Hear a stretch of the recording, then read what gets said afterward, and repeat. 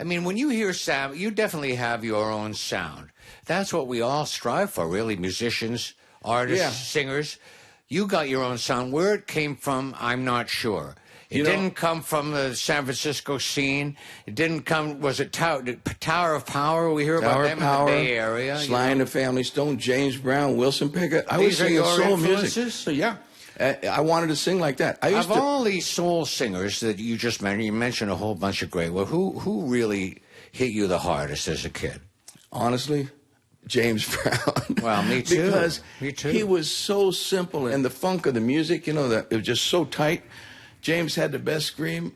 Hey! Woo! Hey! That you got it. I can hear 3 notes in there. Yeah. He was screaming. Well, that's because I'm hoarse. Well, but isn't that part of it, too? So, like, I Feel Good? I mean, what? Oh, yeah. Here you go. Let me hear it. Just a little. But see, I don't know how to play these songs on guitar, because in that band, I would sing these songs. Just sing and do a spin.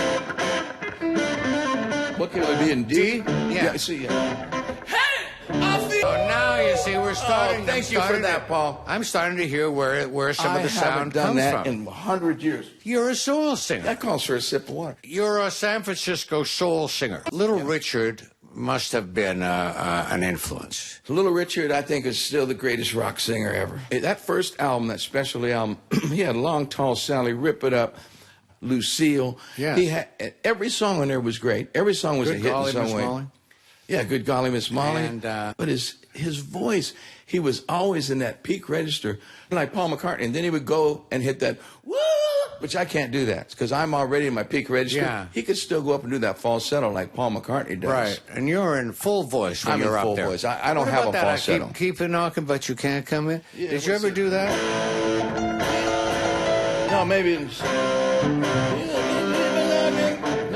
Here we are in D again. So Okay. Keep on knocking, but you can't come in. Keep on knocking, but you can't come in. Keep on knocking, but you can't come in. Come back tomorrow night and try it again. You say you love me, but you can't come in. You say you love me, but you can't come in. Woo! You love me, but you can't come in. Come back tomorrow night and try it again.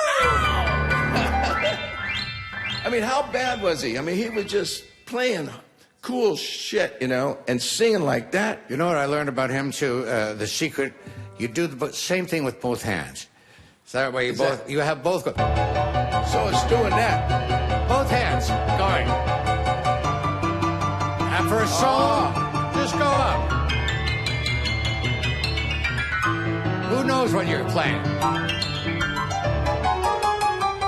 That's keeping the energy up. Oh, That's man. keeping the energy up. Well, you are the #1 energy man. You're perfect voice. I mean, I hear Little Richard in your voice now. I'm starting to hear these old R&B performers.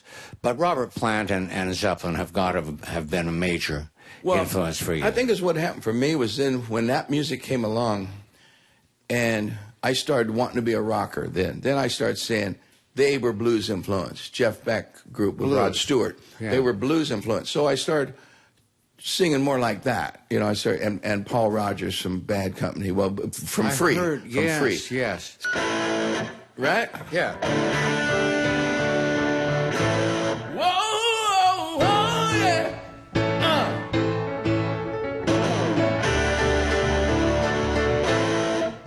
There she stood in the street, smiling from her head to her feet. I said, hey, what's your name, baby? Are you trying to see things the same? She said, love, don't go so fast. Don't you think a love can last? I said, love, Lord above. Now you're trying to trick me in love. Woo! All right now, baby, it's all right. All right now, baby, it's all right, it's all right. Oh. Was your father not a boxer? He was a boxer, not when I was growing up. Yeah. He had already been a boxer before I was born, and he got his license taken. He got banned from the sport from punching a referee out. Oh well, yeah, you're not supposed to. Yeah, he didn't like the way the referee was refereeing the fight, so he just went in and knocked him out. But my dad was a maniac, crazy alcoholic, ex-fighter, tough guy. But he listened to country all the time. So I also, hearing Hank Williams and people like that. And do you take any of that for your own? You think absolutely. Any country seep in? I got to say that to me, country and blues are the same thing. You know, the blacks were coming from the Delta singing about their life, and the white guys were working in the fields too, and farmers and stuff singing about their life, and they're really very similar. And I love early country, and I love really early blues. Those are my two favorite go-to music. Then I'll take soul music, and then I'll take rock. Were you going to be a fighter like your dad well, at any point? I wanted to. I really did. I thought that was the coolest thing in the world. My dad always called me champ. What a nice, yeah. But when I saw Elvis on TV, and my teenage sisters, I was like 4 or 5 years old, and he's on TV, and my big sisters are teenagers, and their girlfriends are screaming, and I'm going, man, maybe I need to do that. I should get into that business. That's looking like a good profession. And you did. Yeah, it really did. It had a profound influence on me, Elvis, seeing him on TV. But the first real record I bought was Little Richard, Here's Little Richard, specialty record. And I mean, I just wore that thing out. I still remember those songs. And, it's funny that you're the only guy that brought that out of me, because I never talk about that in press. I always talk about Cream. Led Zeppelin, my first influences that created Montrose. Those bands created Montrose. Yes.